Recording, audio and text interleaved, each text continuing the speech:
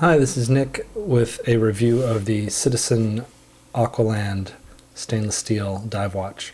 This is a classic rugged-looking dive watch with a few modern features, including a depth meter and a stopwatch. So there it is on my wrist, and I'll take you on a tour.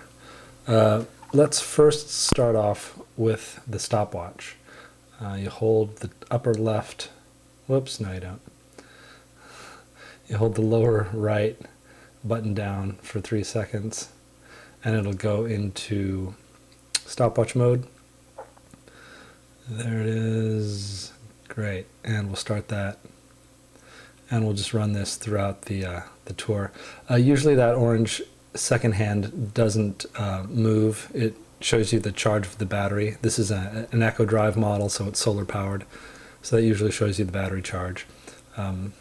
Or the seconds on the stopwatch. So here we go. Start off with, we've got a unidirectional rotating bezel right here.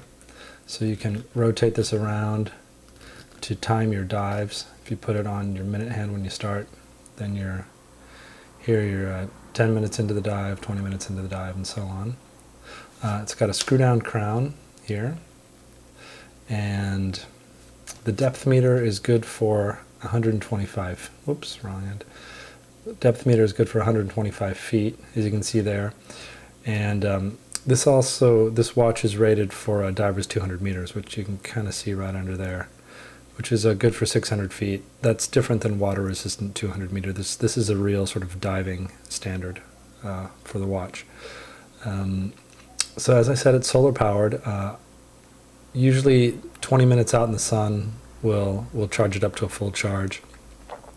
If you are here on the charge level 1, that's good for about an hour of diving it in 66 feet of water. After that, it'll go to a low charge and need to be charged up. So when you're diving, good to have it up on a LV2 at a full charge.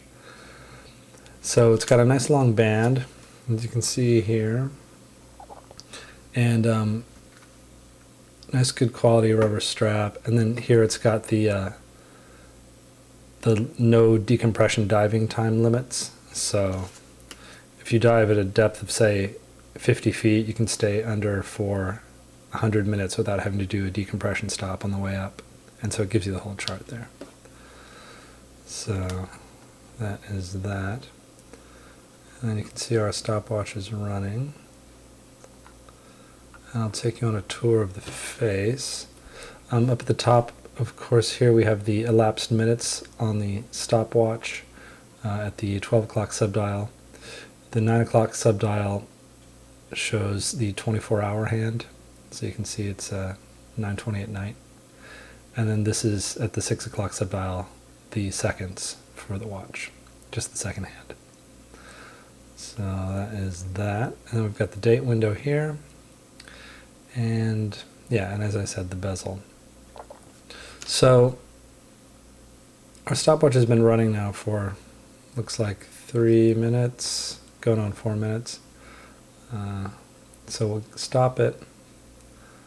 Oh, not 3 minutes. Okay, so we'll stop it and then reset here. Oops, hold it for 3 seconds. Yeah, and then it resets. Now, this is the wacky thing about this watch, is that it has to unwind itself for as many revolutions as it accumulated during the stopwatch function. So that's like the one wacky sort of interface feature on this watch. So you can imagine if you had a 20-minute event that you were timing, the watch would have to make 20 revolutions around the face to unwind itself after measuring. So needless to say, I don't use the stopwatch that often.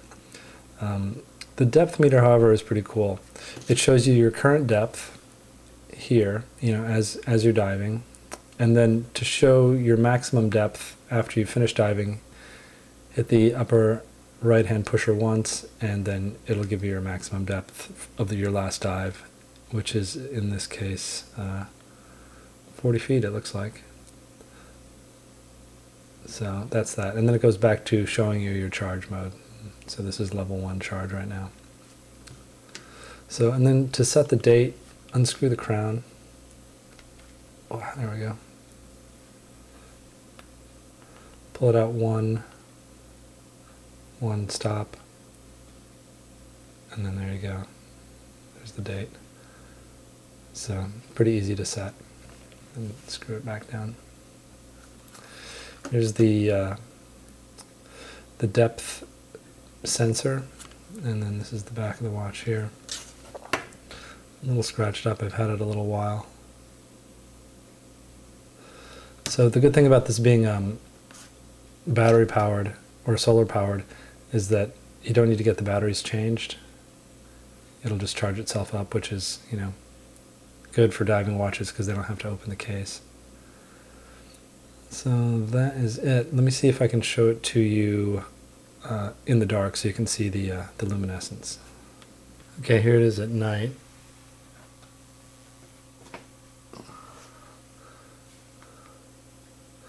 Let's see if I can hold it still. The shutter is slow on the camera, so it exaggerates this a little bit. There we go. You can see the dials there. All right. Thanks for watching.